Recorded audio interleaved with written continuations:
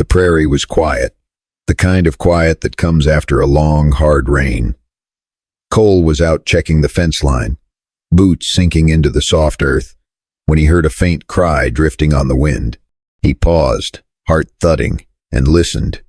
There it was again, a voice, weak and trembling, calling for help. He followed the sound, pushing through the tall grass until he found her. She was huddled beneath a cottonwood tree, her dress torn and muddy, her face pale with pain. She looked up as he approached, her eyes wide and desperate. "Please, help me," she whispered, her voice barely more than a breath. Cole knelt beside her, his hands gentle as he brushed the hair from her face. "You're safe now," he said softly. "Tell me where it hurts." She winced, pressing a hand to her side. "My leg, and my hip. I fell, but it hurts. Down there too." Her cheeks flushed with embarrassment, but the pain in her eyes was real. Cole's concern deepened. He'd seen injuries like this before, falls from horses, accidents in the fields. He knew how quickly a simple wound could turn serious. "Let me take a look," he said, his voice calm and steady. She nodded, biting her lip as he carefully lifted the hem of her dress, searching for the source of her pain. He found a deep bruise on her thigh, the skin swollen and angry.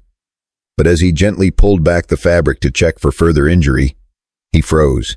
There, hidden beneath the mud and blood, was a jagged cut, deep and raw, already beginning to swell. Cole's breath caught. He'd seen wounds like this before, and he knew how dangerous they could be. "We need to get you cleaned up," he said, forcing his voice to stay steady. "This cut needs to be washed and bandaged, or it'll get infected." She nodded, tears slipping down her cheeks. "I'm sorry," she whispered. "I didn't mean to be a burden." Cole shook his head, his tone gentle but firm. "You're not a burden. You're hurt, and you need help. That's all that matters." He wrapped his coat around her shoulders and lifted her into his arms, careful not to jostle her injured leg. She clung to him, her body trembling with pain and fear. The walk back to the ranch was slow, every step measured and careful. Cole spoke to her in a low, soothing voice, telling her about the wildflowers that would bloom in the spring, about the way the prairie came alive after a storm. He could feel her relax, just a little, as the ranch house came into view. Inside, he settled her on the sofa and fetched warm water and clean cloths. He worked quickly, washing the mud and blood from her wounds, his hands gentle but sure. She watched him with wide, grateful eyes, her breath hitching every time he touched the cut. "It's deep, but I think you'll be all right," he said, wrapping the wound with a clean bandage. "You'll need to rest, and I'll keep an eye on it for infection." She nodded, relief flooding her face. "Thank you, Cole. I was so scared. I thought I'd be left out there all night." He smiled, a warmth in his eyes. "You're safe now. I'll take care of you." She closed her eyes, exhaustion overtaking her, and Cole sat beside her, keeping watch as the storm clouds drifted away and the prairie settled into a peaceful hush. As the night deepened, Cole realized that sometimes the greatest act of kindness was simply to be there, to pull back the darkness, to face what needed to be faced, and to offer comfort when it was needed most. The night passed slowly, the ranch house wrapped in a hush broken only by the crackle of the fire and the woman's soft, uneven breathing. Cole sat nearby, keeping vigil, his mind replaying the moment he'd found her, how close she'd come to being lost in the storm, how much pain she'd tried to hide. He checked her bandage every hour, making sure the bleeding had stopped and the swelling hadn't worsened. Just before dawn, she stirred, her eyes fluttering open. For a moment she looked confused, then relief washed over her face as she saw Cole. "You stayed," she whispered, her voice hoarse. "Thank you." He smiled, pouring her a cup of water and helping her sit up. "Of course I stayed. You needed someone." She sipped the water, her hands still trembling. "My name's Hannah," she said quietly. "I was trying to get to my aunt's place on the other side of the valley. My horse spooked at a snake and threw me. I must have crawled for hours before I found that tree." Cole nodded, listening with quiet patience. You're lucky you made it as far as you did.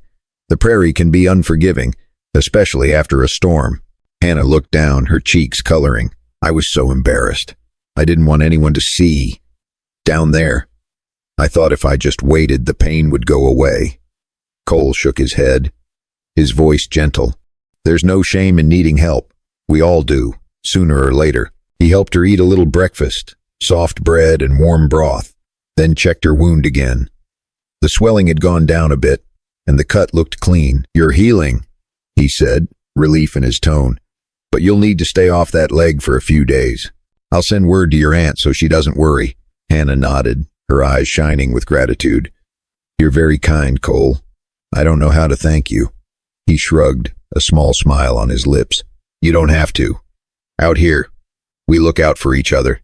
As the day wore on, Hannah rested, drifting in and out of sleep. Cole kept busy with chores, always checking in on her, making sure she was comfortable. In the afternoon, he brought her a book from his small shelf, and she read aloud as he worked nearby. Her voice was soft but steady, and Cole found himself looking forward to the sound. By evening, the pain had eased enough for Hannah to sit up and watch the sunset from the window. The sky was painted in streaks of gold and rose, the prairie glowing in the fading light. It's beautiful, she murmured. I never thought I'd see another sunset. Cole sat beside her, his presence steady and reassuring. You're safe now, Hannah.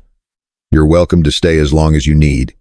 She looked at him, hope flickering in her eyes. I'd like that. I don't want to be a burden, but I don't want to be alone either. He reached for her hand, his touch gentle. You're not alone. Not anymore. That night, as the stars blinked awake above the prairie, Hannah slept soundly for the first time in days. Cole sat by the fire, a quiet peace settling over him. He realized that sometimes the hardest wounds to heal weren't the ones you could see, but the ones hidden beneath the surface, the fears, the shame, the loneliness. And as the moon rose high, Cole made a silent promise to help Hannah heal, to give her a place to belong, and to remind her that even the deepest hurts could be faced and overcome together.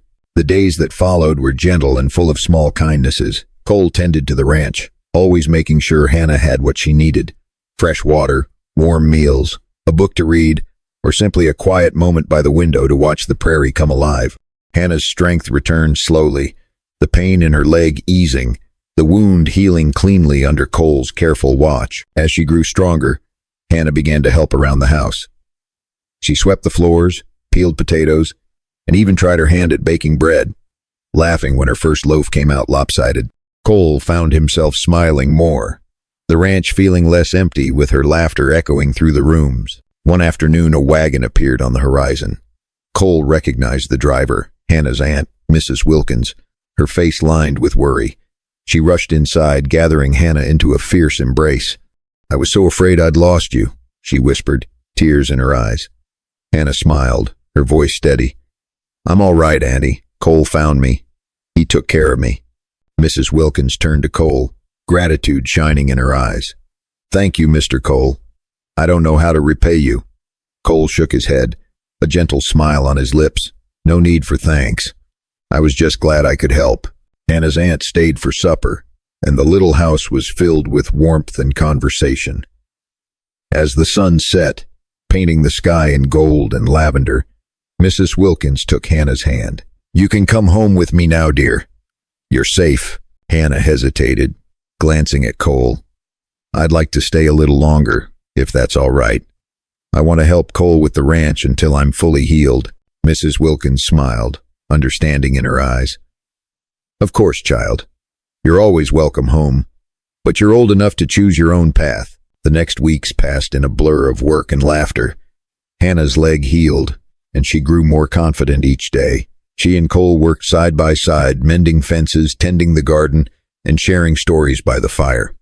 The bond between them deepened, built on trust, kindness, and the quiet courage it took to face pain and move forward. One evening, as they watched the stars blink awake above the prairie, Hannah spoke softly. I was so afraid, Cole. Not just of the pain, but of being seen, of someone knowing how much I hurt, how much I needed help. but you never made me feel ashamed. You just cared. Cole took her hand, his voice gentle. We all need help sometimes, Hannah. There's no shame in that. What matters is having someone to lean on, someone who'll stay when things get hard. She smiled, her eyes shining. I want to stay, Cole. I want to build a life here, with you, if you'll have me. He squeezed her hand, his answer clear in his eyes. There's nothing I'd like more. As the seasons changed, the ranch flourished.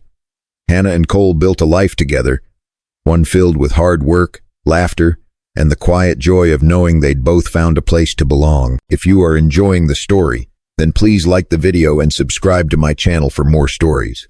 The pain of the past faded, replaced by hope and the promise of new beginnings.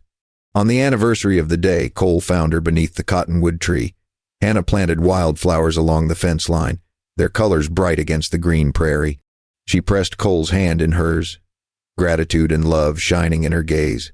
And as the prairie stretched out before them, vast and full of promise, they knew that even the deepest hurts could heal, and that sometimes the greatest gift was simply to be there, to pull back the darkness, to offer comfort, and to face the future together.